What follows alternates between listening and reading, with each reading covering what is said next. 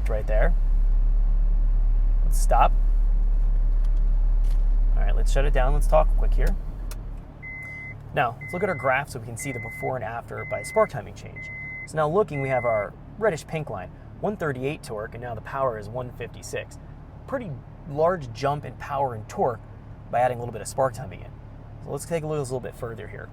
So if we trace through, we're finding here that we have our lambda actual to the target. We can see the yellow to the green line. It's almost perfect, and we're making very minimal adjustments in our fuel correction. That's good. I'm not going to go and change anything further there in terms of the fuel delivery. I think that's all good in terms of how that's working. So the main VE table, at least on the low cam, has been validated. Now let's turn our attention into the spark tuning and the knock control. This is really going to be what we have to focus on right now.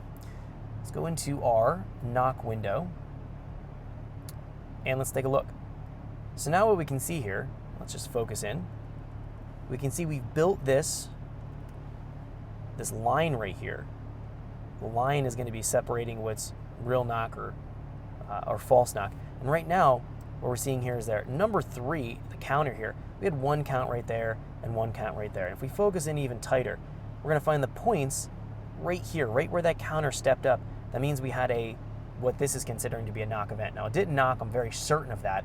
But what this is thinking, because our threshold line is just slightly above that. We can see the table threshold was 201 right here, or the knock level was 201, and our table was set here between 170 and 210. So it was interpolating between 6 and 65. And what it was thinking here, because we had a little bit of an output here, there might have been a knock event. So it counts that as a knock. Now it's happening on cylinder 3. Doesn't mean that we actually got knock. What I'm looking for is big jumps in our knock levels. I didn't see that. So what that's going to tell me is I have to go and move up my knock threshold a little bit. We can see that line.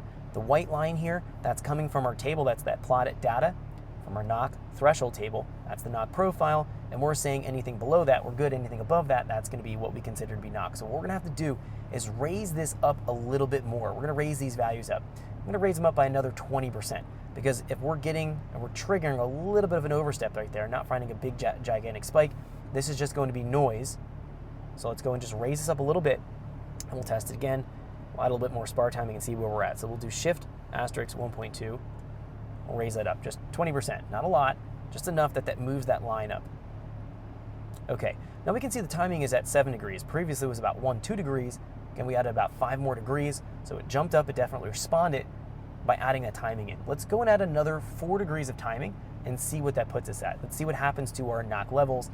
We need to be careful of how much timing we add on our low cam, because the overlap and the duration for the profile, the lift, the duration, and the overlap aren't as much as we'll find with VTEC activates.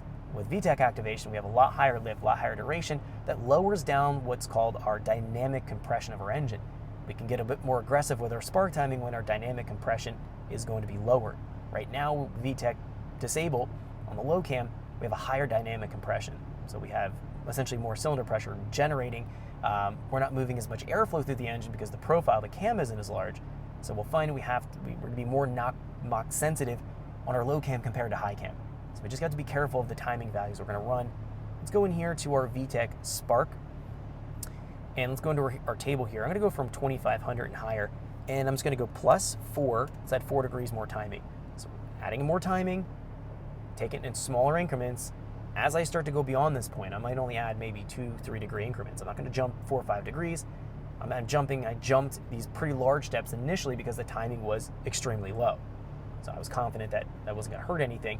And I know I have my knock control configured to take action if something bad happens, if we have massive oversteps. So again, what I'm looking for here in the knock control, if we jump all the way back here to our knock window, we're looking for a large jump. Right now, we're not really seeing any huge jumps or activities here. This all looks safe to me at this point. So the fuel looks good, the spark looks good. Let's try this again here. Let's make sure it's out of gear. Fire it off. Just wait a second here. Thanks for checking out our teaser clip. If you want to see the rest of this video and more than 500 hours of current EFI training we have to offer, make sure you click right here. If you want to go and check out more teaser clips from this training course, click here. And you don't want to miss any of the videos we're going to be releasing on this channel, so make sure you subscribe and click here. Thanks for watching, and I'll see you guys later.